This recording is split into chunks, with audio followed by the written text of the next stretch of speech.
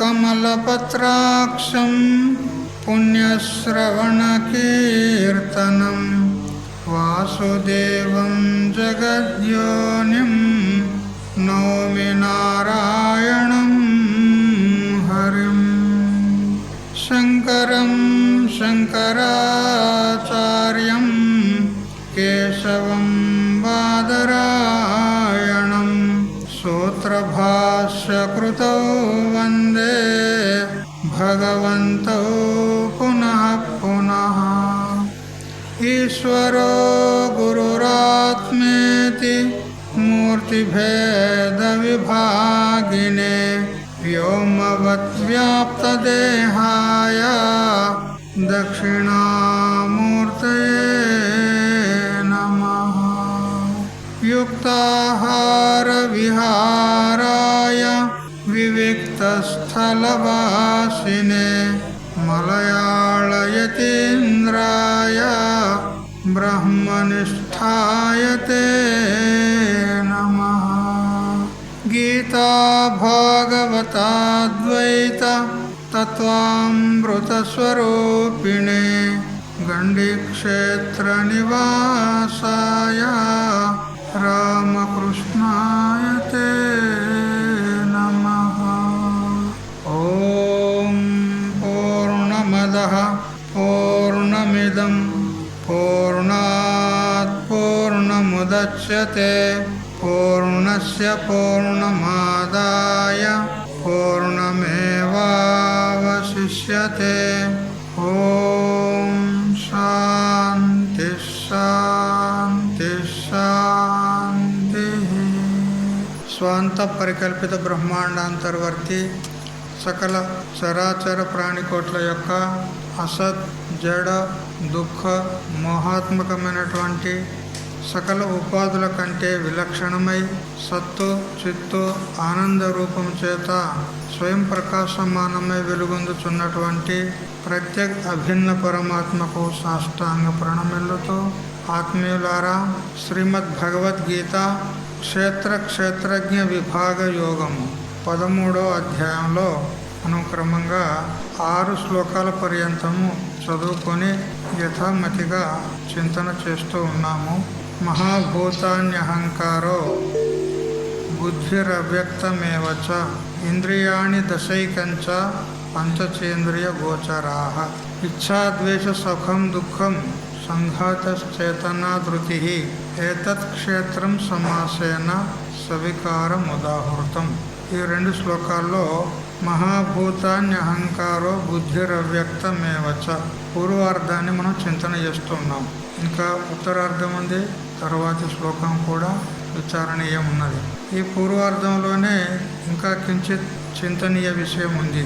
ఏమిటి అనంటే, వేదాంత రీత్యా మనం ఉదయం కూడా తెలుసుకున్నాం, బ్రహ్మం నుండి అవ్యక్తం పుట్టింది, అవ్యక్తం నుంచి మహత్తత్వము, మహత్తత్వం నుంచి అహంకారము, అహంకారం నుండి పంచతన్మాత్రలు, వాటి నుండి స్థూలభూతాలు 5, వాటి చేత ఈ శరీరం, మరి పిండ బ్రహ్మాండాలు, వ్యష్టి సమష్టి సంపూర్ణ ప్రపంచం ఉత్పన్నమైంది. ఇదే విషయాన్ని సాంఖ్యులు కూడా చెప్తారు. సాంఖ్య దర్శనం మనకు వైదిక వాంగ్మయంలో, హైందవ సంప్రదాయంలో 6 ఆస్తిక శాస్త్రాలు, 6 నాస్తిక శాస్త్రాలు ఉన్నాయి. 6 ఆస్తిక శాస్త్రాలు. ఆస్తిక అంటే లోక పరలోకాలు ఉన్నాయి అని ఒప్పుకునేటువంటి వారు ఆస్తికులు. అస్థితి యో వేత్తి స ఆస్తిక. లోక పరలోకాలు ఉన్నవి అని ఎవరైతే ఒప్పుకుంటారో వారు ఆస్తికులు. లోక పరలోకాలు లేవు అని అనేవారు నాస్తికులు. నాస్తికో వేద నిందక, వేదమును నిందించేటువంటి వారు నాస్తికులు. నాస్తిక శాస్త్రాలు 6 ఉన్నాయి, ఆస్తిక శాస్త్రాలు 6 ఉన్నాయి. ఆస్తిక శాస్త్రాల్లో పూర్వమీమాంస, ఉత్తరమీమాంస అంటే కర్మకాండము జైమిని ఆచార్యులు రాశారు. మరి ఉత్తరకాండం వేదాంత శాస్త్రం ఉత్తరమీమాంస అంటారు, వ్యాస భగవానులు ప్రవృత్తం చేశారు. ఇక సాంఖ్యము యోగం, సాంఖ్య శాస్త్రాన్ని కపిల భగవాన్ ప్రవృత్తం చేశాడు, యోగ శాస్త్రాన్ని పతంజలి భగవాన్ చెప్పినాడు. అట్లే న్యాయ వైశేషిక న్యాయశాస్త్రాన్ని గౌతమ ఋషి ప్రవృత్తం చేశాడు. మరియు వైశేషిక శాస్త్రాన్ని కాణాద ఋషి ప్రవృత్తం చేశారు. ఇవి 6 శాస్త్రాలు: పూర్వమీమాంస, ఉత్తరమీమాంస, సాంఖ్యము, యోగము, న్యాయము, వైశేషిక అని ఇట్లా 6 ఆస్తిక శాస్త్రాలు. అట్లా 6 నాస్తిక శాస్త్రాలు. చార్వాకులు 1, జైనులు 2, మరి బుద్ధ భగవాను యొక్క అనుయాయులైనటువంటి 4 ఉన్నారు. మాధ్యమికులు, యోగాచారి, సౌత్రాంతికులు, వైభాషికులు అని బుద్ధుని అనుయాయులు 4, మరియు చార్వాకులు, జైనులు వారిద్దరు, మొత్తం 6. ఈ 6 నాస్తికులు. వారికి కూడా శాస్త్రాలు ఉన్నాయి, నాస్తిక శాస్త్రాలు. అందులో సాంఖ్య శాస్త్రము వేదాంత శాస్త్రానికి కొంచెము సన్నిహితంగా ఉంటుంది, దగ్గరలో ఉంటుంది. వేదాంత శాస్త్రానికి సాంఖ్య శాస్త్రానికి కొంచెం భేదం మాత్రమే ఉంది. సాంఖ్యులు ఏమంటారంటే ఆత్మలు అనేకం ఉన్నాయి అంటారు, ఆత్మ ఏకం ఉన్నదని చెప్పరు వాళ్ళు. మరియు ఈ జగత్తును సృష్టించింది ప్రకృతి మాత్రమే, పురుషునికి ఏం సంబంధం లేదు అంటారు. ఈ 2 విషయాల్లో తప్పితే మిగతా అన్ని విషయాల్లో వేదాంత రీత్యానే ఉంటుంది. అయితే సాంఖ్యులు వాళ్ళు చెప్తారు, సాంఖ్యశాస్త్రానికి కపిల ముని ప్రవక్త అయితే దానికి ఈశ్వర కృష్ణ అనేటువంటి ఒక మహాత్ముడు ఆ శాస్త్రానికి కారికలు, శ్లోకాలు రాశారు. మూల ప్రకృతి రవికృతి మహదాద్యా ప్రకృతి వికృతయ సప్త షోడశకస్తు వికారో నా ప్రకృతి నా వికృతి పురుష అని సాంఖ్యకారిక 3వది. మూల ప్రకృతి అంటే మాయ, అది అవికృతి అంటే అది వికారం కాదు, అంటే కార్యం కాదు, కారణం ఉన్నది. మూల ప్రకృతి అంటే మాయ, వేదాంతులు మాయ అంటారు, వాళ్ళు ప్రకృతి అంటారు. ఆ ప్రకృతి అనాది ఉన్నది, అంటే అది ఉత్పత్తి కాలే. కానీ మహదాదులకు కారణం ఉన్నది. మహత్తత్వము, అహంకారము, పంచతన్మాత్రలు వీటికి కారణం ఉన్నది. ప్రకృతి కార్యం కాదు, కేవలం కారణం ఉన్నది అంటారు. అట్లే ఈ సప్త అంటే 7 మహత్తత్వము, అహంకారము, పంచతన్మాత్రలు అంటే పంచభూతాలు, సూక్ష్మభూతాలు ఏవైతే ఉన్నాయో అవి ప్రకృతి ఉన్నాయి, వికృతి ఉన్నాయి. వికృతి అంటే కార్యం, ప్రకృతి అంటే కారణం. ప్రకృతి నుంచి అవి ఉత్పన్నమైనవి కాబట్టి వికృతి ఉన్నాయి, కార్యములు ఉన్నాయి. మరియు తర్వాత పంచభూతాలు, పంచ జ్ఞానేంద్రియాలు, మరియు పంచ కర్మేంద్రియాలు, మనస్సు, ఈ 16టికి అవి కారణం ఉన్నాయి. అందుకని ప్రకృతి ఉన్నాయి, వికృతి కూడా ఉన్నాయి. ఇక ఈ 16 ఏవైతే ఉన్నాయో పంచ జ్ఞానేంద్రియాలు, పంచ కర్మేంద్రియాలు, మరియు మనస్సు, మరియు పంచ విషయాలు, ఈ 16 ఏవైతే ఉన్నాయో ఇవి కేవలం కార్యములు ఉన్నాయి. దీనికి అంతటికి కలిసి క్షేత్రము అన్నది అని వాళ్ళు అంటారు. క్షేత్రం యొక్క వివరణ వాళ్ళొక ప్రకారంగా చెప్పారు. ఏనకైనా ప్రకారేణ క్షేత్రం ఏదైతే ఉందో ఇది దృశ్యం ఉన్నది, ఇది ఆత్మ కాదు. ప్రకృతి అంటే మాయ, అది కూడా దృశ్యం ఉన్నది, అది కూడా మనకు తెలియబడుతుంది, దానికంటే మనం వేరే ఉన్నాము. మరి మహత్తత్వము, అహంకారం మొదలైనటువంటి ఇవన్నీ కూడా దృశ్యంలో ఉన్నాయి. బట్ ఇవి ఏవి కూడా ఆత్మ కావు. ఆత్మ ఎలా ఉంది? వీటన్నిటికంటే విలక్షణంగా వాటికి అన్నిటికీ సాక్షి అయి ఉన్నది. అదెవరో కాదు, నీవే అని చెప్పినారు. ఈ ప్రకారంగా మహాభూతాన్యహంకారో అనేటువంటి పూర్వార్థం తెలుసుకున్నాం. తర్వాత ఇంద్రియాన్ని దశైకంచ పంచచేంద్రియ గోచరాహ అన్నారు. ఇంద్రియాలు 10, మరి ఏకం 1 మనస్సు, ఈ 11.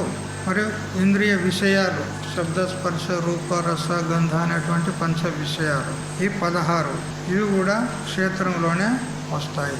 ఇక ఈ క్షేత్రం యొక్క కార్యములు ఏవే ఉన్నాయి? ఇచ్ఛ అంటే కోరిక, ద్వేషము, సుఖము, దుఃఖము, సంఘాత చేతన, ధృతి, ఇవన్నీ కూడా ఆ క్షేత్రం యొక్క వికారాలు, కార్యములు ఉన్నాయి అన్నాడు. ఇందులో ఇచ్ఛ అంటే మీకు అందరికీ తెలుసు. ఇచ్ఛ అంటే కోరిక. ఏదైనా ఒక వస్తువు నాకు కావాలి అనేటువంటి ఏదైతే కోరిక ఉన్నదో దానికి ఇచ్ఛ లేదా స్పృహ అని అంటారు. ఆ వస్తువు మనకు ప్రాప్తమైందనుకోండి, అప్పుడు మనకు దాని ద్వారా సుఖం కలుగు, నాకు అభిలషితమైనటువంటి వస్తువు ప్రాప్తమైంది అనేటువంటి ఒక సుఖం కలుగు. ఒకవేళ ఆ వస్తువు ప్రాప్తం కాకపోతే మనకు దుఃఖం కలుగుతుంది. ఇక ఏదైనా మనకు ప్రతికూలమైనటువంటి వస్తువు కానీ, వ్యక్తి కానీ, పశు పక్షి మొదలైనటువంటి మనకు ఎదురుపడినప్పుడు వాటి పట్ల ద్వేషం కలుగుతుంది. ఆ తర్వాత ధృతి అన్నాడు. ధృతి అంటే ధైర్యం, అంటే ఎటువంటి పరిస్థితుల్లో కూడా మనం కార్యం సాధించాలి అనేటువంటి ఒక దృఢ పట్టుదల అన్నమాట. అది ధైర్యం ధృతి అంటే. లేదా ధారణా శక్తికి ధృతి అంటారు. దేహేంద్రియాలన్నీ కూడా కట్టు కలిసి చక్కగా వ్యవస్థితమై అవి వాటి పనులను చేసేటువంటి ఒక ధారణ శక్తి ఏదైతే ఉందో దానికి ధృతి అంటారు. ప్రళయకాలంలో భూమి జలంలో లయమవుతుంది, జలము అగ్నిలో లయమవుతుంది, అగ్ని వాయువులో లయమవుతుంది, వాయువు ఆకాశంలో లయమవుతుంది. ఈ విధంగా పంచభూతాలు ఒకటికొకటి అవి గ్రసిస్తూ ఉంటాయి. ఈ విధంగా స్వాభావికమైనటువంటి ఏదైతే వ్యవహారం ఉన్నదో ఇదంతా కూడా మన శరీరంలో జరుగుతూ ఉంటుంది. పంచభూతాల యొక్క కార్యాలైనటువంటి ఏదైతే తత్వాలు ఉన్నాయో వాటిలో కూడా పరస్పరము సాధకత బాధకత ఉంటుంది. వాటిని అన్నిటినీ కూడా తుల్యంగా చేసి నడిపించేటువంటి శక్తి ధారణ శక్తి. ఇక చేతన అన్నాడు. సంఘాత చేతన అన్నాడు. సంఘాతం అంటే సముదాయం. ఏ విధంగా మనం ఇల్లు కట్టుకుంటాం, ఇల్లు అనేక వస్తువుల యొక్క సముదాయం ఉంటుంది కదా. ఇటుకలు, రాళ్ళు, మరి ఇనుము, ఇంకా ఏవేవి పడతాయి దానికి, ఇంటికి సామగ్రులు అన్నిటి యొక్క సముదాయమే ఒక ఇల్లు అంటాం. ఇల్లు అంటే ఒకటే కాదు, అలా అనేక పదార్థాలు ఉన్నాయి. అట్లా ఈ శరీరం కూడా ఒక సంఘాతం ఉన్నది. ఇందులో కూడా అనేకమైనటువంటి తత్వాలు ఉన్నాయి, పంచభూతాల యొక్క తత్వాలు ఉన్నాయి. అవన్నిటి యొక్క సముదాయమే ఈ సంఘాతం. అయితే సంఘాతం ఎప్పుడు కూడా తన కోసం ఉండదు, పరుల కోసమే ఉంటుంది. సంఘాత పరత్వాత అని చెప్పింది. సంఘాతం ఏదైతే ఉందో అది పరుల కోసమే. ఏ విధంగా ఈ శరీరం ఉన్నది, ఇది జీవుని కోసం ఉన్నది. శరీరం కోసం లేదు, శరీరము జీవుని కోసం. ఇల్లు కోసం లేదు, ఇల్లు మన కోసం ఉన్నది. అందుకని సంఘాతం ఎప్పుడు కూడా పరుల కోసమే ఉంటుంది అని చెప్పింది ఉన్నది. అయితే ఇక్కడ సంఘాతం ఎవరి కోసం ఉన్నట్టు ఈ శరీరము అంటే జీవుని కోసం. ఇందులో ఏ జీవుడైతే ఉన్నాడో ఆ జీవుడు ఈ సంఘాతం ద్వారా భోగాలను అనుభవిస్తూ ఉన్నాడు. దానికే చేతనము అన్నారు. చేతన అంటే ఈ శరీరంలో ఉండి ఈ శరీరం ద్వారా భోగాలను అనుభవించేవాడు చేతన పురుషుడు. వానికి జీవుడు అంటాం, వానికి చిదాభాసుడు అంటాం. చిదాభాసుడు కూడా, జీవుడు కూడా ఈ సంఘాతంలోనే వచ్చేసాడు. ఆ చిదాభాసునికి కూడా సాక్షి ఎవరో, అది అసలైన స్వరూపం మనది. ఇదంతా కలిసి క్షేత్రం అన్నాడు. ఇంత దగ్గర ఈ క్షేత్రం యొక్క నిరూపణ అయ్యింది. ఇక ఇప్పుడు మనం ఉదయం పూట ఇప్పుడు తెలుసుకున్నటువంటి ఎన్ని తత్వాలు అయితే ఉన్నాయో ఈ తత్వాలన్నిటిని కూడా ఒక్కొక్క దానిగా అన్నిటినీ ప్రకాశించేవాడు, అన్నిటినీ తెలుసుకునేవాడు ఎవరో అతడు క్షేత్రజ్ఞుడు అనబడతాడు. ఎవరు అంటే సాక్షి అంటే ఎవరో కాదు, నీవే. ప్రతిదీ కూడా నీ ద్వారానే తెలుస్తుంది, నువ్వే తెలుసుకుంటున్నావు. కన్ను యొక్క ధర్మాలు, కన్నును తెలుసుకుంటున్నాము. కన్ను పటిస్థితంగా ఉందా, మందమందంగా కనపడుతుందా, అసలే కనపడతలేదా, దాని ధర్మాలను కూడా తెలుసుకున్నాము. అట్లా ప్రతి అవయవాన్ని అవయవ ధర్మాలను అన్నిటిని కూడా మనము తెలుసుకుంటున్నాము. కానీ అది ఏది కూడా మనము కాదు, మనం దానికంటే వేరుగానే ఉన్నాము. ఈ విధంగా ప్రతిదాన్ని తెలుసుకునేది ఏదైతే తెలివి రూపం ఉన్నదో అది క్షేత్రజ్ఞుడు అనబడతాడు. ఈ విధంగా ఒక్కొక్క క్షేత్రంలో ఉన్నటువంటి క్షేత్రజ్ఞులందరూ కలిస్తే పరమాత్మ. క్షేత్రజ్ఞంచాపి మాం విద్ధి సర్వక్షేత్రేషు భారత. అన్ని క్షేత్రాల్లో ఉండి అన్ని క్షేత్రాలను తెలుసుకునే చైతన్యం ఉన్నదో అది నేను అని భగవంతుడు అన్నాడు. ఈ ప్రకారంగా భగవంతుడు ప్రతిజ్ఞ చేసినటువంటి 6 ప్రశ్నల్లో కదా, ప్రకృతిం పురుషంచైవ క్షేత్రం క్షేత్రజ్ఞమేవచ ఏతద్వేదితుమిచ్చామి జ్ఞానం జ్ఞేయంచ కేశవ అని. ప్రకృతి అంటే ఎవరు, పురుషుడు అంటే ఎవరు, ఇవి 2 ప్రశ్నలు. మరియు జ్ఞానం అంటే ఏమిటి, జ్ఞేయం అంటే ఏమిటి, ఇవి 2 ప్రశ్నలు. మరి క్షేత్రం అంటే ఏమిటి, క్షేత్రజ్ఞుడు అంటే ఎవరు, ఇవి 2 ప్రశ్నలు. మొత్తం 6 ప్రశ్నలు. అందులో క్షేత్రము క్షేత్రజ్ఞుని గురించి ఈ 6 శ్లోకాల ద్వారా చెప్పాడు. ఇప్పుడు జ్ఞానం అనగా ఏమి, జ్ఞేయమనగా ఏమి అవి చెప్తాడు. చూడండి, శ్లోకాలు ఇక్కడ మనకు 5 శ్లోకాల ద్వారా ఈ జ్ఞానం గురించి చెప్తూ ఉన్నాడు. అంటే సర్వసాధారణంగా భక్తులకు, సాధకులకు, ముముక్షువులకు ఉండవలసినటువంటి లక్షణాలు ఇవన్నీ కూడా మనలో ఉండాలి. దీనికే జ్ఞానం అంటారు. ఆ జ్ఞానము 5 శ్లోకాల ద్వారా చెప్తూ ఉన్నాడు. శ్లోకాలు చదవండి. అమానిత్వమదంభిత్వం అహింసాక్షాంతిరార్జవం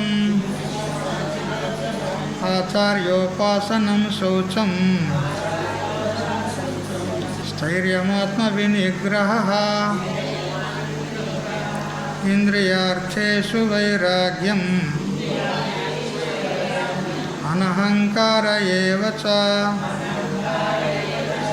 జన్మ మృత్యుజరా వ్యాధి దుఃఖదోషానుదర్శనం అసక్తిరణభిస్వంగః పుత్రదారగృహాదిషు నిత్యం చ సమచిత్తత్వం ఇష్టానిష్టోపపత్తిషు మయి చానన్యయోగేన భక్తిరవ్యభిచారిణి వివిక్తదేశసేవిత్వం అరతిర్జన సంసది అధ్యాత్మజ్ఞాననిత్యత్వం తత్వజ్ఞానార్థదర్శనం ఏతత్ జ్ఞానమితి ప్రోక్తం అజ్ఞానం యదథోన్యథా. ఈ 5 శ్లోకాల ద్వారా 20 లక్షణాలు చెప్పినాడు. మొత్తము 20 లక్షణాలు ఉన్నాయి ఈ 5 శ్లోకాల్లో. వాటి పేర్లు చదువుతాను.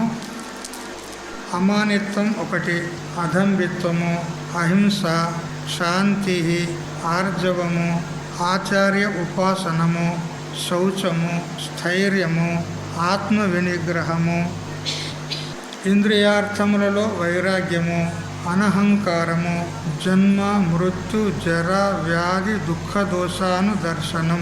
ఇదంతా ఒకటే. ఆసక్తి, ఆసక్తి లేకుండుట అంటే అసక్తి. పుత్రదార గృహాధికం, వాటిలో అనభిస్వంగము మరియు ఇష్టానిష్ట ప్రాప్తి యందు సమచిత్తత్వము మరియు అనన్య యోగమున నా యందు అవ్యభిచారి అయినటువంటి భక్తి కలిగి ఉండుట, వివిక్త దేశములలో సేవించుట అంటే నివసించుట, జనసంగమున ప్రీతి లేకుండుట, ఆధ్యాత్మ జ్ఞాన నిత్యత్వము, తత్వజ్ఞానార్థ దర్శనము అని ఈ విధంగా 20 లక్షణాలు చెప్పినాడు. ఇందులో ఒక్కొక్కటిగా తెలుసుకుందాం. అమానిత్వాది గుణాలు మొత్తం 20. దానిలో అమానిత్వం మొదటిది. అంటే అభిమానం లేకుండుట. అభిమానం అనంటే నేను ఇంతటి వాణ్ణి అంతటి వాణ్ణి అని గొప్పగా ఫీల్ అవుతా కదా, గొప్పగా చెప్పుకొనుట అభిమానం. ఇట్లా ఈ అభిమానం అనేది ఇంతకుముందుగా చెప్పాను. ఇది ఎటువంటిది అని అంటే అభిమానం ఉన్నవాడు కళ్ళు దాగినట్లు వ్యవహారం చేస్తాడు. అభిమానం ఉన్నవాడు అభిమానం సురాపానం గౌరవం రౌరవం తథా ప్రతిష్ట సుగరీభిష్ట తస్మాదే తత్రయం త్యజేత్ అని మనకు నీతి శాస్త్రం చెప్తుంది. అభిమానం కలిగినటువంటి వాడు ఎలా ఉంటాడంటే సురాపానం చేసిన వానిలాగా ఉంటాడు. వాడు పిచ్చి పిచ్చిగా వాగుతూ ఉంటాడు. నేను ఇంతటి వాణ్ణి అంతటి వాణ్ణి గొప్పవాణ్ణి అని అంటాడు. మానం ఉన్న చోట జ్ఞానం ఉండదు అని పెద్దలు అంటారు. మానం అంటే అభిమానం. అభిమానం ఉంటే జ్ఞానం ఉండదు. ఎందుకంటే అభిమానం అనేది అజ్ఞానం యొక్క కార్యం ఉన్నది. ఎక్కడైతే అజ్ఞానం ప్రపంచం చేస్తుందో అక్కడ జ్ఞానం ఉండేందుకు అవకాశం లేదు. చీకటి ఉంది అని అంటే వెలుగు లేదని అర్థం. అందరూ తన్నే గౌరవించాలి అని ఇది ఒక అభిమాని లక్షణం. అందరూ నన్ను గౌరవించాలి, ఇది ఒక అహంభావం ఉంటుంది, అభిమానం ఉంటుంది. ఒకవేళ ఆ అభిమానానికి దెబ్బ తగిలిందనుకో ఇక వాడు శుద్ధిలో ఉండడు, పరేషాన్ అయిపోతాడు అన్నమాట. అంత పెద్ద మహాత్ములైనా ఉండనే గాక భగవంతునంతటి పూజితులు మాత్రం కాదు. ఎందుకనంటే జగద్గురు శంకరాచార్యులు స్వయంగా ముఖతా చెప్పినాడు బ్రహ్మసూత్ర భాష్యంలో, సునిపుణానామపి సూక్ష్మ అపరాధ దర్శనాత్.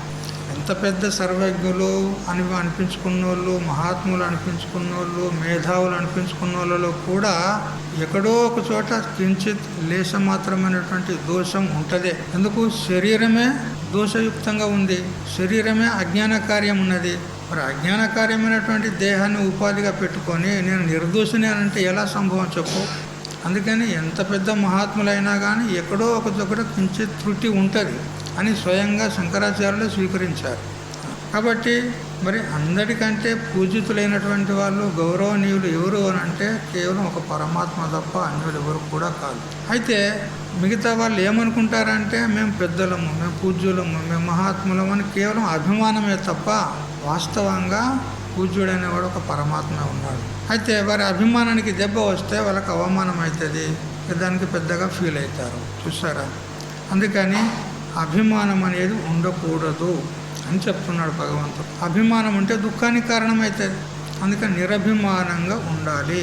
నేను ఏదీ కాదు, నేను కేవలం భగవంతుని యొక్క దాసుని మాత్రమే, నేను కేవలం నిమిత్తం మాత్రమే, కానీ నేను ఏది కూడా కాదు. నేను మహాత్ముని కాదు, నేను గురువును కాదు, నేను పండితుని కాదు, నేను జ్ఞానిని కూడా కాదు అని ఇట్లా నిరభిమానంగా ఉండాలి అని చెప్తున్నాడు భగవంతుడు. ఒకవేళ అభిమానం పెట్టుకుంటే దుఃఖానికి కారణమవుతుంది. అందుకని నేను ఏది కాదు, కేవలం భగవంతుని యొక్క సేవకుని మాత్రమే అనేటువంటి బుద్ధి కలిగి ఉండడమే ఇది నిరభిమాన వృత్తి కదా. ఇది అమానిత్వం అనేటువంటిది లక్షణం. ఇది మనకు తప్పకుండా ఉండాలి.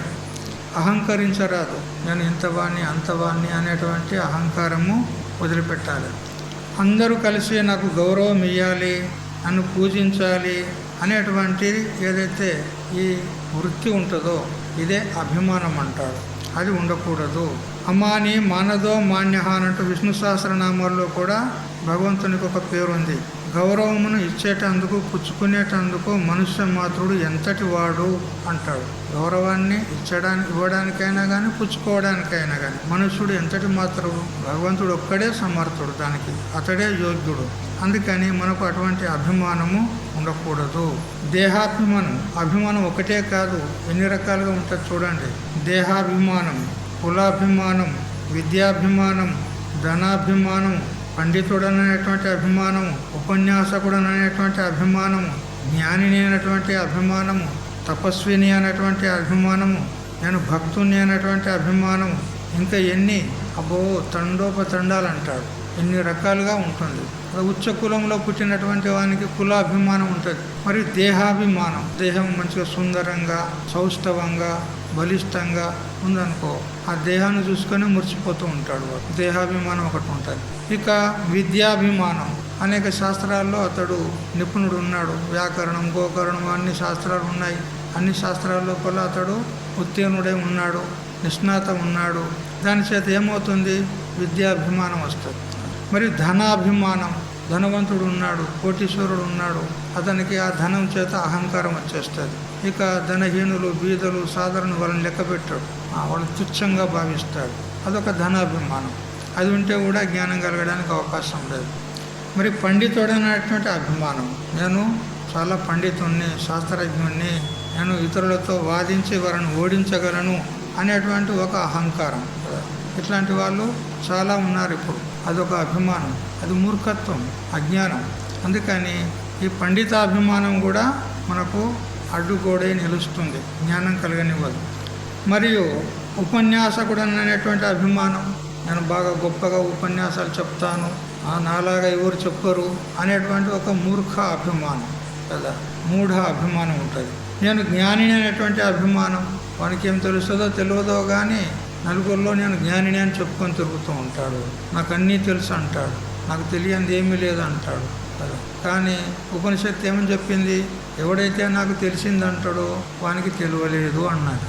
యస్య మతం తస్య మతం, మతం యస్య నవేద సహ, అవిజ్ఞాతం విజ్ఞాతం, విజ్ఞాతం అవిజానతాం అని అంటూ కేనోపనిషత్తు చెప్తుంది. ఎవరికైతే తెలిసింది అని అంటాడో వానికి ఏమీ తెలియలేదు. ఎందుకంటే నేను తెలిసింది అని చెప్పుకోవడం అనేది ఏదైతే ఉందో ఇది ఒక అహంకారం. అహంకారం ఉన్నదంటే వానికి ఏం తెలిసినట్టు? అజ్ఞానం ఉన్నట్టే. ఇంకా అహంకారమే అజ్ఞానం. అందుకని తెలిసిందని చెప్పుకోకూడదు. ఎప్పుడు కూడా నేను ఒక సాధకుడని, నేను ఒక ముముక్షువుని, అని ఈ భావనలోనే ఉండాలి. నేను జ్ఞానిని అని ఎప్పుడు కూడా అనుకోరాదు కదా. మా గురువులు ఎప్పుడు కూడా మాకు చెప్తూ ఉండేవారు, ఎప్పుడు కూడా నేను గురువునని జ్ఞానినని నేను మహాత్ముని అనేటువంటి అహంకారం మనసులో రానియకూడదు. ఎప్పుడు కూడా నేను సాధకుని మాత్రమే అనేటువంటి భావననే ఉండాలి అంతే. జ్ఞానిని అని మాత్రం ఎప్పుడు అనుకోవద్దు. అనుకున్నాడంటే వాడు అజ్ఞాని అంతే. అది కాబట్టి జ్ఞాని అనేటువంటి అభిమానం ఒకటి ఉంటుంది. మరియు తపస్సు చేస్తారు కొంతమంది, ఆ తపోభిమానం ఒకటి ఉంటుంది. నేను గొప్పగా తపస్సు చేస్తాను, ఒక్క కాలు మీద నిలబడి చుట్టూ అగ్నులు అంటించి 4 దిక్కులా పిడికలు పేర్చి అంత ఎత్తు పిడికలు పేర్చి దానికి అగ్ని అంటిస్తాడు. 4 వైపులా అంటించి నడుము నిలబడి ఒక్క కాలు మీద నిలబడి ఒక కాలు మీదికి ఒక చెయ్యి మీదికి లేపి నిలబడతాడు. ఓ నేను గొప్ప తపస్సుని అంటాడు కదా. ఈ పాపం ఈ అజ్ఞాని జనం కూడా అటువంటి వాళ్ళకే జై కొడతారు. అబ్బా ఏం గొప్ప తపస్సు, ఏం తపస్సు అని. వానంత అజ్ఞాని లేడు కదా. ఎంత తపస్సు చేస్తే జ్ఞానం కలుగుతుందా? అట్లేం జ్ఞానం కలిగేది కదా. అట్లా కలిగేది ఉంటే ఎంతోమంది ముక్తులైతుంటారు. విచార జాయతే జ్ఞానం అని చెప్పింది. విచారం చేస్తేనే జ్ఞానం కలుగుతుంది, జ్ఞానం చేత మోక్షం అని చెప్పింది. తపస్సులు చేస్తే మోక్షము, ఉపాసనలు చేస్తే మోక్షం అని చెప్పలేదు. అయితే నిరభిమానంగా చేసుకున్నట్లయితే అవి మనకు మనసులో ఉన్నటువంటి మాలిన్యాన్ని తొలగదీస్తూ, మనసులో ఉన్నటువంటి చాంచల్యాన్ని, చంచలతను, విక్షేప దాన్ని పొడగొట్టి మనకు జ్ఞానానికి సాధనాలు అవుతాయి. అంతేగాని వాటితోనే మనకు జ్ఞానం కలగదు. జ్ఞానానికి సాధనాలు అవుతాయి అంతే. అందుకని తపస్సు చేస్తున్నా అనేటువంటి అభిమానం.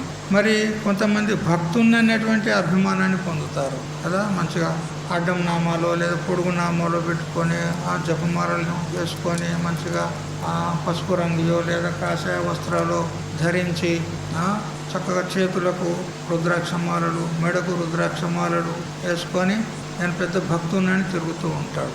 అందరు నన్ను చూడాలి, అందరి ముంగట నాకు ఒక గుర్తింపు రావాలి అని ముందుకు వచ్చి కూర్చుంటాడు. ఇది ఒక అభిమానం, నేను భక్తుని అనేటువంటి అభిమానం. వానికి మైక్ ఇవ్వకున్నా కానీ వచ్చి మైక్ తీసుకొని మాట్లాడతాడు. అంటే అందరికీ తెలియాలి నేను భక్తుని కదా. ఇది ఒక అభిమానం, దురభిమానం. చూడు, అమానిత్వం అనే దానికి ఎన్ని విధాలుగా చెప్తూ ఉన్నాడు. ఇదేమి ఒక్కటి ఏంది, రెండేంది, తండోపతండాలు అంటాడు. ఇట్లా అనేక రకాల అభిమానము ఉంటుంది. తాను ఎంతవాడైనా విర్రవీగకుండుటే అమానిత్వము అంటాడు. వాడు ఎంతటో అయినా ఉండని, భక్తుడైతే ఉండుగాక, తపస్వి అయితే ఉండుగాక, విద్యావంతుడు ఉండుగాక, ధనవంతుడు ఉండుగాక, కానీ విర్రవీగకుండా సౌమ్యంగా నమ్రతతోని ఉండుటే అమానిత్వము అని చెప్పినాడు ఇక్కడ. తాను ఎంతటి ఉన్నత గుణాలు కలిగి ఉన్నా పొగడ్తలను సహింపలేని స్వభావమే అమానిత్వము. చూడు, గొప్ప గుణాలు కలిగి ఉండొచ్చు, మహాత్ముడే ఉండొచ్చు, సర్వజ్ఞుడు కూడా ఉండొచ్చు.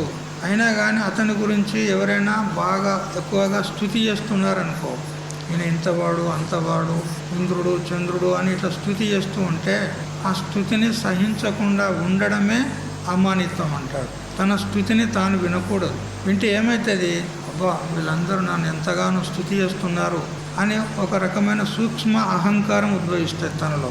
అహంకారం వచ్చిందంటే వాడు పతనం అయిపోతాడు. ఎంత పెద్ద మహాత్ముడైనా సరే, ఎంత ఉన్నత గుణాలు ఉన్నా సరే, స్తుతి చేసినరనుకో అతనిలో సూక్ష్మంగా అహంకారం ఉదయిస్తుంది. దాని చేత పతనం అయిపోతాడు. అందుకని ఎంతగా స్తుతించినా, అతడు ఎంత ఉత్తమ గుణాలు కలిగిన వాడైనా, మహాత్ముడైనా కానీ ఎప్పుడు కూడా నమ్రతతోనే ఉండాలి. నాకు ఏమీ తెలియదు అన్నట్టు ఎడ్డివాణిల వల్ల ఉండాలి కదా. అది అమానిత్వం అంటారు. దానికే ఇంగ్లీష్లో ఏమంటారు, simple living and high thinking అంటారా కదా. అమ్మగారు మీకు ఎక్కువ ఇంగ్లీష్ బాగా పరిచయం ఉంటుంది కదా. ఇగ్నోరెన్స్ అంటే అజ్ఞానమే, ఇన్నోసెన్స్ అంటే అజ్ఞానమే కదా. అందుకని సింపుల్గా ఉండాలి. నాకు ఏమీ తెలియదు, ఉట్టి పిచ్చోనిలాగా ఉండాలి అంతే. లోకం గట్టి ఎట్లా ఉండాలి, ఇతరులు చూస్తే ఆయనేం మహాత్ముడు, పిచ్చోడు కావచ్చు కదా. ఇంకా జర గడ్డం పెరిగితే అనుకుంటారు ఇక కదా. కొంచెం గడ్డం పెరిగింది అనుకో పిచ్చోడు అనుకుంటారు, మంచిగా కదా. పిచ్చోడు అనుకోవాలి అందరూ. అట్లా ఉండాలి. ఎప్పుడు కూడా నేను గొప్పవాడిని అని అందరూ అనుకోవాలి, నన్ను గౌరవించాలి, నాకు పూలమాలలు వేయాలి అని ఈ విధంగా ఎప్పుడు కూడా అనుకోరాదు. సింపుల్గా ఉండాలి, ఏమీ తెలియనట్టు ఉండాలి. అతని యొక్క గొప్పతనం ఎప్పుడు ప్రకటమవుతుంది అని అంటే అతని మందలిస్తే ప్రకటమైతే. ఇప్పుడు వీణ లోపల అనేకమైనటువంటి రాగాలు దాగి ఉన్నాయి. అందులో అలా మూలకాల పెట్టామనుకో ఏం తెలుస్తుంది? దానిలో రాగాలు ఉన్నట్టుగా ఏమీ తెలియదు. కానీ మీటి చూడు ఒకసారి, అప్పుడు సౌమ్యమైనటువంటి మధురమైనటువంటి శబ్దం వస్తుంది. అప్పుడు మన మనస్సు ప్రఫుల్లితమవుతుంది. అది మీటినప్పుడే తెలుస్తుంది. మీటకుండా ఉంటే ఏమీ తెలియదు. అట్లా మహాత్ములు కూడా ఎట్లా ఉంటారంటే అది బూడిది కప్పినటువంటి నిప్పు ఎట్లా ఉంటుంది? బూడిదితే కప్పబడిన నిప్పు, నివురు కప్పిన నిప్పు అంటారు కదా. అట్లా ఏమీ తెలియదు, చేయి పెడితే తెలుస్తుంది కదా. అలా చేయి పెడితే తెలుస్తుంది. అట్లా మహాత్ములను కూడా మనం గుర్తించాలంటే సామాన్యంగా మనం ఎప్పుడు గుర్తించలేము. మనలాగానే ఉంటారు. అలా ముక్కు, చెవులు, కాళ్ళు అన్నీ మనలాగానే ఉన్నాయి కదా. మనలాగానే భోజనం చేస్తాడు, మనలాగానే పడుకుంటాడు, మనలాగానే నడుస్తాడు, అంతా మనలాగానే ఉన్నాడు. మరి జ్ఞాని అని ఎట్లా గుర్తిస్తావు నువ్వు? వ్యవహారం అంతా మనలాగానే ఉంది. ఏం జ్ఞానం కలిగిన తర్వాత కొమ్ములు వస్తాయా జ్ఞానికి? ఏం మారాడు కదా, ఎట్లున్నాడో అట్లే ఉంటాడు. మరి జ్ఞాని అని ఎలా గుర్తించేది అంటే అతన్ని కదిలించాలి కొద్దిగా. స్వామీజీ, ఈ విషయంలో మాకు కొంచెం సంశయం ఉంది, మాకు చెప్పండి అని అంటే అప్పుడు బయటపడతాయి. కానీ మనం ఒకటి కొంచెం కదిలిస్తే చాలు, ఇక అక్కడి నుంచి మొత్తం ప్రవాహ రూపకంగా వస్తూనే ఉంటుంది. అప్పుడు తెలుస్తుంది, అబ్బో ఇంత జ్ఞానే అని. అట్లా అందుకని మౌనంగా ఉండేది, ఏమీ తెలియనట్టు ఉండేది, అన్నీ తెలిసి తెలియని వాళ్ళలాగా ఉండేది. అట్లా అది అమానిత్వం అంటే. జీవితం సామాన్యంగా ఉండాలి, ఉదాత్తంగా ఉండాలి కదా. ఎట్లా ఉండాలంటే నీళ్ళలాగా ఉండాలి అంటాడు. నీరు చూడండి, మనము ఏ పాత్రలో పోస్తే ఆ పాత్రలాగానే కనపడుతుంది కదా. ఇప్పుడు అనేక గ్లాసులు ఉంటాయి, రంగురంగుల గ్లాసులు ఉంటాయి. ఆ గ్లాసుల్లో మనం నీళ్లు పోసాము, ఆ గ్లాసు ఎట్లా ఉంటే నీళ్ళు అట్లే కనపడతాయి. ఎర్రగా ఉంటే నీళ్ళు ఎర్రగా కనపడతాయి, పచ్చగా ఉంటే పచ్చగా కనపడతాయి, తెల్లగా ఉంటే తెల్లగా కనపడతాయి. నీళ్ళు స్వరూపం చేత ఏం మారలే, కానీ ఆ ఉపాధి ఏదో పాత్రలు ఉన్నాయి కదా, ఆ పాత్ర ఎట్లా అట్లా కనపడుతుంది. అట్లా జ్ఞాని కూడా అజ్ఞానుల్లో ఉన్నప్పుడు అజ్ఞానిలాగానే ఉంటాడు, అజ్ఞానుల్లో ఉంటే అజ్ఞానిలాగానే ఉంటాడు. కర్మిష్ఠుల లోపల ఉంటే కర్మిష్ఠులాగానే ఉంటాడు, ఉపాసకుల్లో ఉంటే ఉపాసకునిలాగా ఉంటాడు, జ్ఞానుల్లో ఉంటే ముముక్షుల్లో ఉంటే జ్ఞానిలాగా ఉంటాడు. ఎదుటివారు ఎట్లా ఉంటే వాళ్ళకు అనుగుణంగా అట్లే వ్యవహారం చేస్తాడు. కానీ కృతజ్ఞ నేను జ్ఞానిని అని వేరుగా వ్యవహారం చేయడు, వాళ్ళలాగానే ఉంటాడు. అట్లా అది ఆ జ్ఞానిలో ఉన్నటువంటి ఔదార్యం అట్లా ఉంటుంది అన్నమాట. మన ప్రవృత్తి దీనికి సాక్షాత్ విరుద్ధం. వరద బాధితులకో కరువు పీడితులకో ₹1 దానం ఇచ్చామంటే పట్టెడు అక్షరాలతో ఆంధ్రప్రభలో ప్రకటించే వరకు మనం వదలమంటాడు. విపరీతంగా విచారం చేస్తున్నాడు కదా. అభిమానం ఉన్న వాళ్ళ సంగతి చెప్తున్నాడు. అభిమానం ఉన్నవాళ్ళు, వాడు వరద బాధితులకో లేదా బీద సాధలకో లేదా ఇట్లాంటి ఆశ్రమానికో ఏదైనా కొంచెం దానము ధర్మం చేశాడు అనుకో, అగో మేము ఉన్నాం చూడాలి రూమ్లో, అక్కడ ఇంత పెద్ద బోర్డు ఉన్నది, ఏమని ఈ రూమ్ మేము కట్టించాము అని పెద్ద బోర్డు పెట్టి రాసి పెట్టారు కదా. అదేంటిది? అభిమానానికి చిహ్నం అది, అహంకారానికి చిహ్నం అది. అంటే ఎవడు చూసినా కానీ పలానా వాడు ఈ రూమ్ కట్టించాడు అని నా పేరు వానికి తెలియాలి. ఇది అహంకారం అంటారా లేదా? అభిమానం అంటారా లేదా? మరి వాడు దానం చేసి ఏం ఉపయోగం ఉన్నది? దానం చేసి ఏం ఉపయోగం లేదు. ఆ అహంకారం చేత వాని పుణ్యం అంతా పోయింది, ఎప్పుడో పోయింది. ఆ బోర్డు పెట్టినప్పుడే వాని పుణ్యం పోయింది. వాడు ఎప్పుడైతే బోర్డు పెట్టిండో వాని పుణ్యం అంతా పోయింది. అది అహంకారం, అభిమానం గట్లా ఉంటుంది. చూసారా? దానం చెయ్యి, కానీ నీ పేరు ఊరు అదేమంటావు రిసీటు అది ఇది ఏమీ అవసరం లేదు మనకు. ఈశ్వరార్పణ వస్తు అని చెయ్యి, చొప్పున ఉప్పు, అంతేగాని నేను ఇది చేసినా అది చేసినా పెద్ద బోర్డు పెట్టేది. ఈ ఫ్యాన్లు ఒకడు దానం చేస్తాడు, ఒకడు ఆ ఫ్యాన్లు దానం చేసి మనొక మహారాజ్ చెప్పాడు నాతో, స్వామీజీ ఏం చేయాలి? ఇగో వాడు ఫ్యాన్ ఇచ్చిండు, వాడు ఇచ్చి ఒక్కొక్క రెక్క మీద మన పేరు రాసుకున్నాడంట కదా. 3 రెక్కలు ఉంటాయి కదా, ఆ 3 మీద పేరు రాసిండంట. అయితే దానం చేసినోడు వచ్చాడు, ఇచ్చినాక మళ్ళీ కొద్ది రోజులకు వచ్చినాక అటు చూసేవారు తిరుగుతుంది, స్వామి అది బంద్ చేయి, ఆ స్విచ్ బంద్ చేయి. ఎందుకని అంటే అది తిరిగితే నా పేరు కనపడేది కదా, అది తిరిగితే నా పేరు కనపడేది, అందుకని స్విచ్ బంద్ చేయి. అది ఆగినాక అగో నా పేరు ఉన్న చూడు అని చూపెడుతుంది. మరి అది తిరిగితే పెట్టుకున్నావా, ఎందుకు పెట్టుకున్నావు కదా. ఎంత అభిమానం చూసారా? వాడు ఏం పుణ్యం చేసుకున్నట్టున్నా చెప్పు ఇది. కాబట్టి ఎంత అభిమాన శూన్యం ఉంటే అంత మంచిది మనకు అంటాడు ఇక్కడ. చూసారా, గోరంత మంచి మనలో ఉంటే కొండంత చేసి దాన్ని చెప్పుకుంటాం. ఏ కొద్దిపాటి పుణ్యం చేసుకున్నాడో లేదో ఇక దాన్ని కొండంతగా చెప్పుకుంటాడు. ఇది మన జెండా మనమే ఎగిరేస్తాం కదా, మన జెండా మనమే ఎగిరేస్తాం అన్నట్టు. అంటే అందరికి తెలియాలి అని.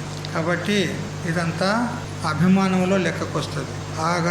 ఆ విధంగా ఉండకూడదు అని అంటారు.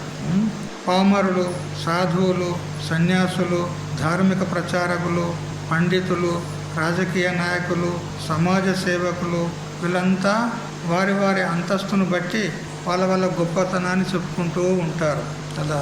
ఇదంతా మూర్ఖత్వమే కానీ మరి ఏమీ కాదు అంటాడు. చూసారా, ఈ విధంగా మరి అమానిత్వం గురించి ఇంకా చాలా విస్తారంగా ఉంది.